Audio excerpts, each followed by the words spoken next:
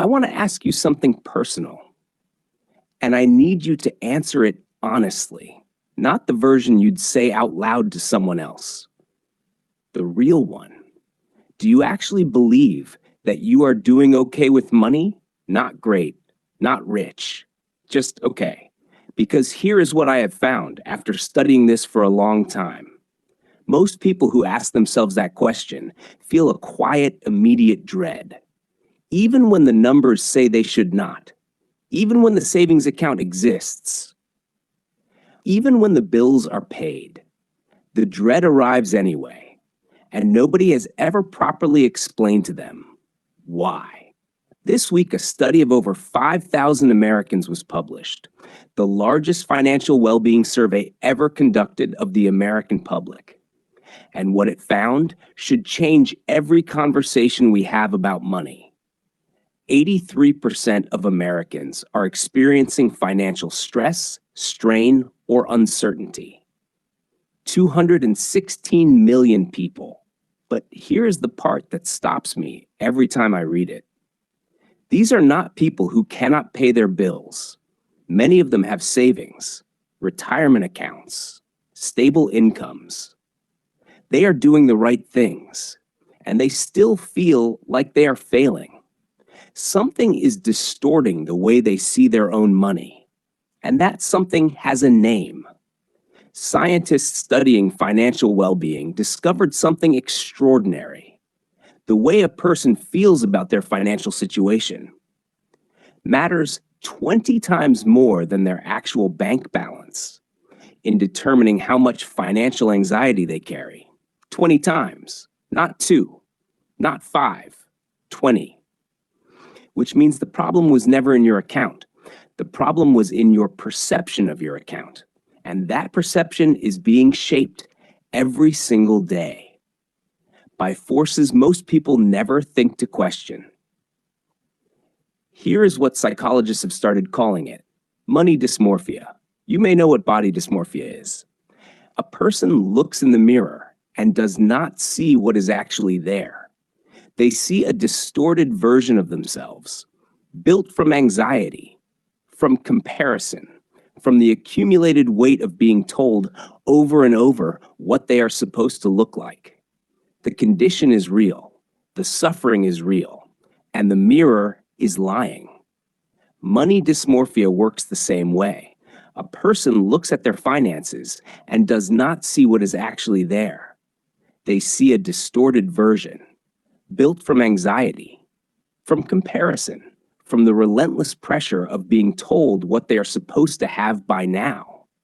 Credit Karma found that nearly half of Gen Z and millennials feel financially behind, despite many of them having above-average savings. Read that again. Above-average savings and still feeling behind. The money is there. The feeling of having it is not. This is not weakness. This is not ingratitude. This is not a character flaw. This is a documented psychological distortion. And to understand where it comes from, you need to understand something about mirrors. For most of human history, the people you compared yourself to financially were your neighbors, your family, the people you could actually see. The comparison world was small, bounded, real, and then it got bigger. First, television brought lifestyles into living rooms that were never meant to be normal and presented them as though they were. Then the internet collapsed every distance, putting the wealthiest lives on earth into the same feed as your morning coffee. And then came social media, a machine not designed to show you reality, designed to show you the most elevated, aspirational, financially perfect version of reality that will keep you scrolling the longest. One researcher described it simply: the rich feel broke because their entire feed is people buying second homes, flying first class, and carrying bags that cost more than a month's rent. And people with above-average savings feel so far behind, they stop trying. They overspend to cope, because saving feels pointless when the gap looks infinite. Here is the layer underneath that. If your perception of your finances matters 20 times more than your actual finances, then whoever controls your perception controls your financial psychology. The platforms feeding you luxury content are not selling you products. They are selling your anxiety to the people who make the products. Your specific personal feeling that you are behind, that your apartment is not enough, that your savings are embarrassing compared to what they should be, is a business model. A 2026 study found that 44% of Americans avoided checking their bank account in the past year. Not because they were in crisis, because the anxiety about what they might see had grown more powerful than the actual number. The perception had become more real than the reality. That is not an economic problem. That is a perceptual one. But here's what the same research found when it looked at the 16%, the people who actually feel financially fulfilled. When researchers asked them what made them feel that way, the answers were not about numbers. They were not about income levels or net worth or investment returns.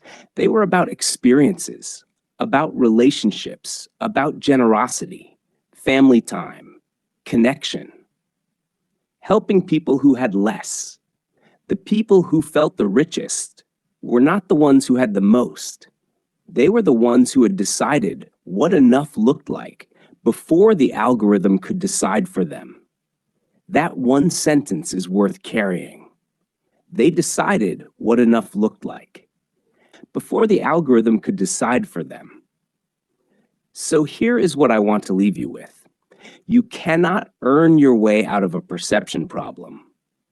More money will not fix a distorted mirror, but you can do something the system cannot defend against.